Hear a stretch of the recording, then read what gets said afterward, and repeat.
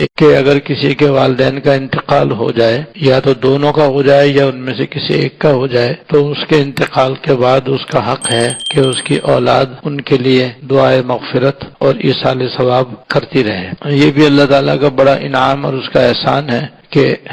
والدین اور دیگر مسلمانوں کے انتقال کے بعد اگر دنیا میں زندہ رہنے والے مسلمان ان کے لیے دعا کریں تو اس سے ان کو فائدہ ہوتا ہے، مغفرت کی دعا کریں تو اس سے بھی ان کو فائدہ ہوتا ہے، کوئی نیک عمل کر کے ان کو ثواب پہنچائیں تو ثواب بھی پہنچتا ہے اور ان کو فائدہ ہوتا ہے۔ تو یہ تو ہر مسلمان کو آدمی اس طرح سے ایصال ثواب کر سکتا ہے، اور ایصال ثواب کرنے سے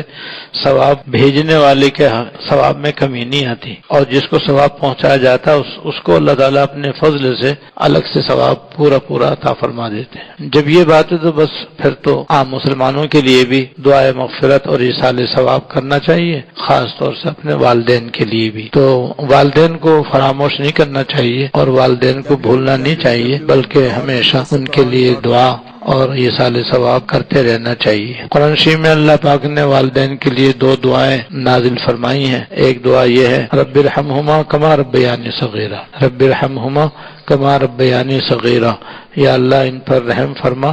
جیسا کہ انہوں نے بچپن میں میری پرورش کی۔ تو عام طور پر ماں باپ بڑی محبت سے، بڑی شفقت سے، بڑی تکلیفیں برداشت کر کے اپنی اولاد کی پرورش کرتے ہیں، تو یہ ان کا بہت بڑا احسان ہے اور بڑا حق ہے، لہذا ان کے لیے یہ دعا کرتے رہنا چاہیے، رب ارحمہما کما ربیانی صغیرا، یا اللہ میرے ماں باپ پر رحم فرما جس طرح انہوں نے بچپن میں میری پرورش کی۔ اور ایک یہ دعا ہے جو مشہور و معروف ہے، ربنا اغفر لی ولوالدی وللمؤمنین یوم یقوم الحساب، یا اللہ اے میرے پروردگار آپ میری مغفرت فرما دیجیے، اے ہمارے پروردگار میری مغفرت کر دیجیے، میرے والدین کی مغفرت فرما دیجیے،